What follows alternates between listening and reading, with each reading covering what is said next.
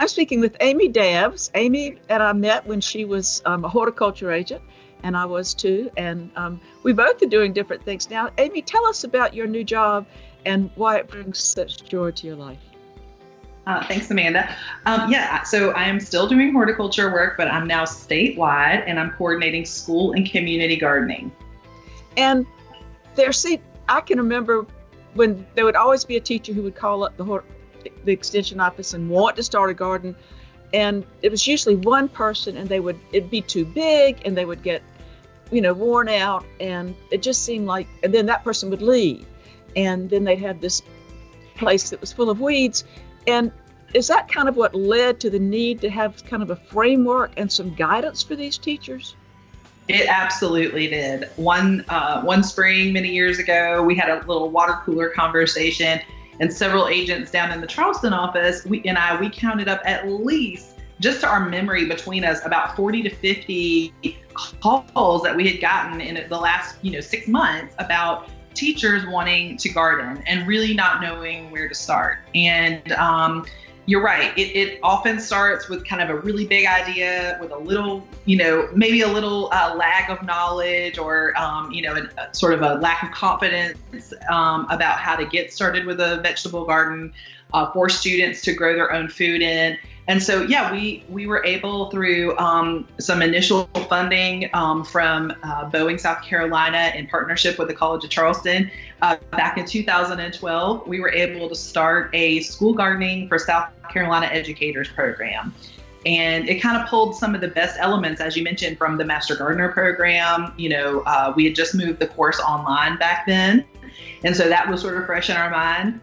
And most teachers are very busy people. They have a lot on their plate, and we really wanted to just break it down for them where they could garden successfully with their students with as little guesswork as possible. That was the main goal. So that's how we started.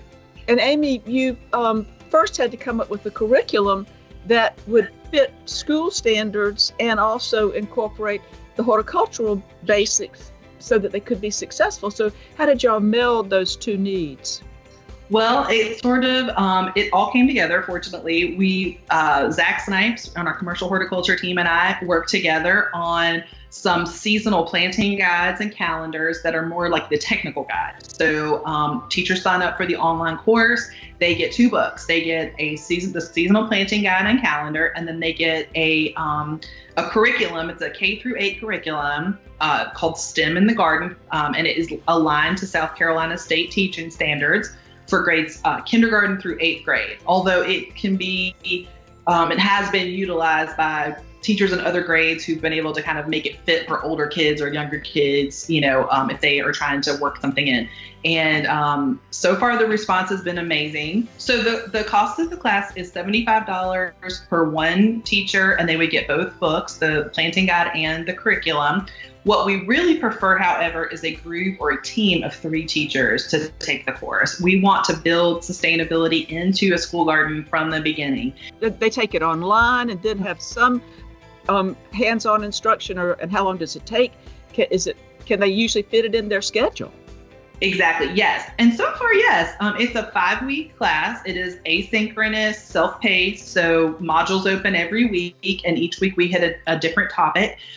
Teachers or educators who are in the course will do a reading, watch a video, answer a discussion question, maybe do something, at the school, like complete a checklist that we have in the workbook that they can go through and make sure they've sort of thought through the process. And then we culminate with an in-person training. And this is almost a day-long workshop. So much fun. It's really a confidence builder. It's a great time. We get together and we love to see the faces of these teachers that we've only seen online for 5 weeks. But I think what it does is it gives everybody the clear understanding that Clemson Extension is there for them. There are so many resources available to school gardeners across the state, not just within our organization. We often have guest speakers from different groups around the state. South Carolina Farm Bureau, Ag in the Classroom. Their wonderful coordinator, Tracy Miss Kelly, is a frequent guest speaker. because teachers love to incorporate reading into their school garden curriculum. And she's got so many agriculturally accurate books that work so well with school garden topics. We also invite Ben Cease from the South Carolina Farm to School program. He's with the Office of School Nutrition, and he comes and talks about grant opportunities across the state and beyond, even larger, these bigger regional grants that are available.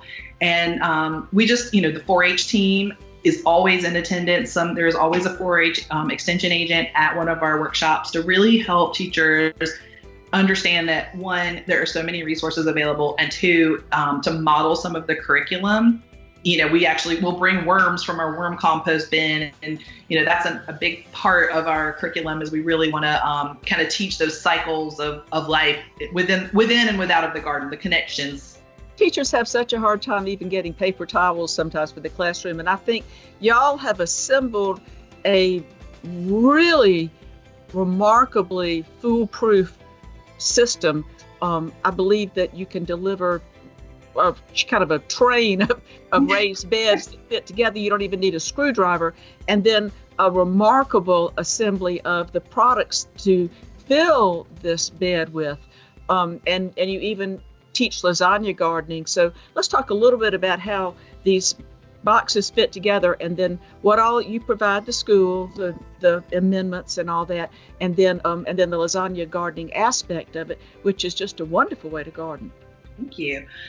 Yeah, this has been, really one of the biggest obstacles, as you mentioned, sourcing materials. A lot of times educators or even school districts will get grants, but finding the time to research the right materials, get them ordered in and have them delivered to the school or obtained for the school can be just so time consuming. So we thought, one of the things we can do, since we're out in the county, during the work week, we can put together a kit that is, like you said, very simple.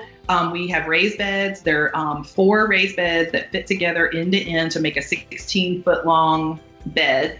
And within those 4 beds, the crops that are planted in them are rotated, and so that we have as successful a garden as we can. It includes all the fill, and as you mentioned, we do teach lasagna gardening or sheet composting. And this is so fascinating because we're basically teaching kids how to make their own soil, and they get to even save food scraps to put in the layer to show how we can recycle nutrients. Things that would normally go into the landfill can become part of the food system that they are participating in. So it has just been it's been very enlightening. A lot of the teachers say, I never thought about this, as being a way to garden. And so then they'll go back and do it at their own homes, which as an extension agent, that reach is just, it's incredible when somebody takes something you teach them in one moment and applies it down the line. That is exciting.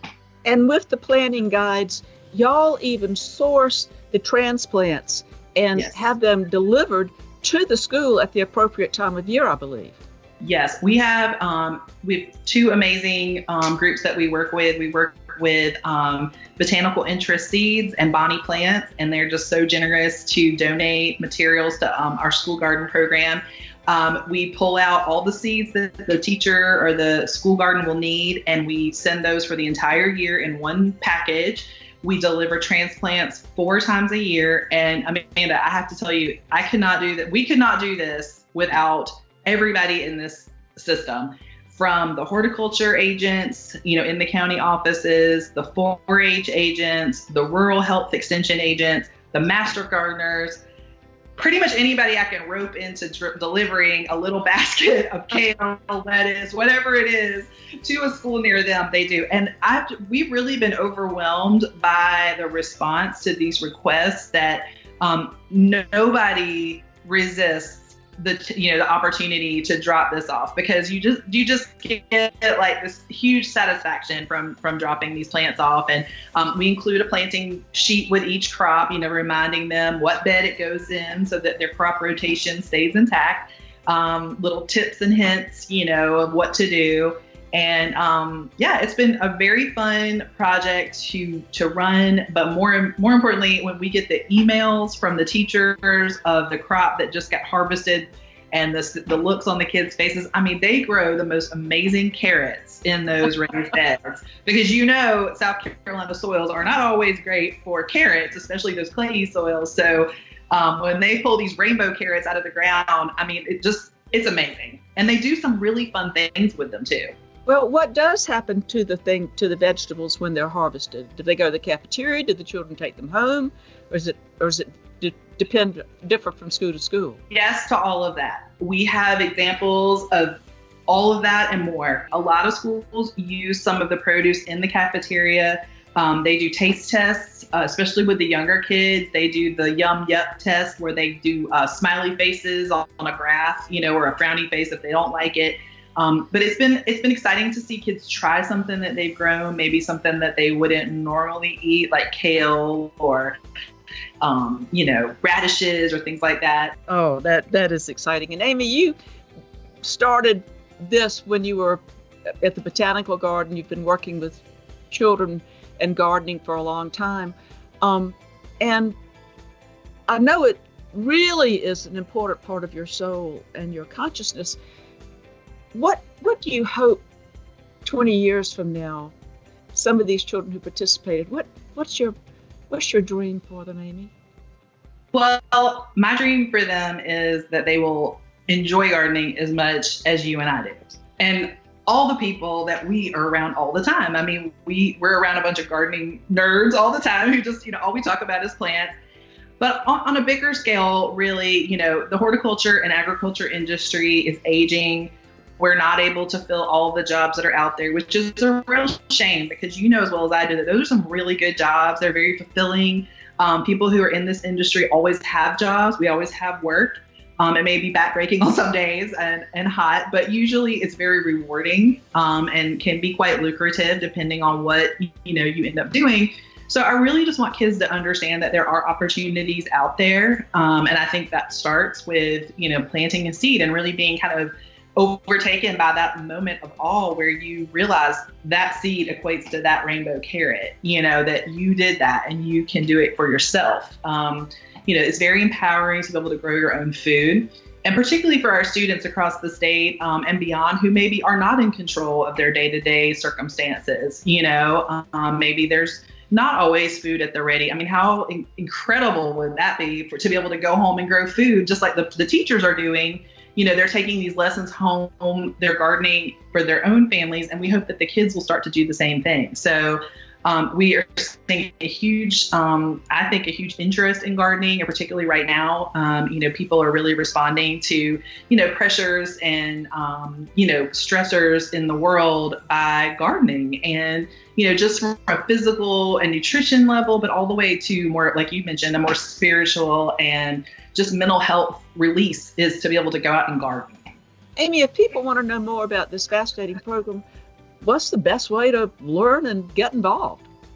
Amanda, they can email me at adabs@clemson.edu, and I will get right back with them.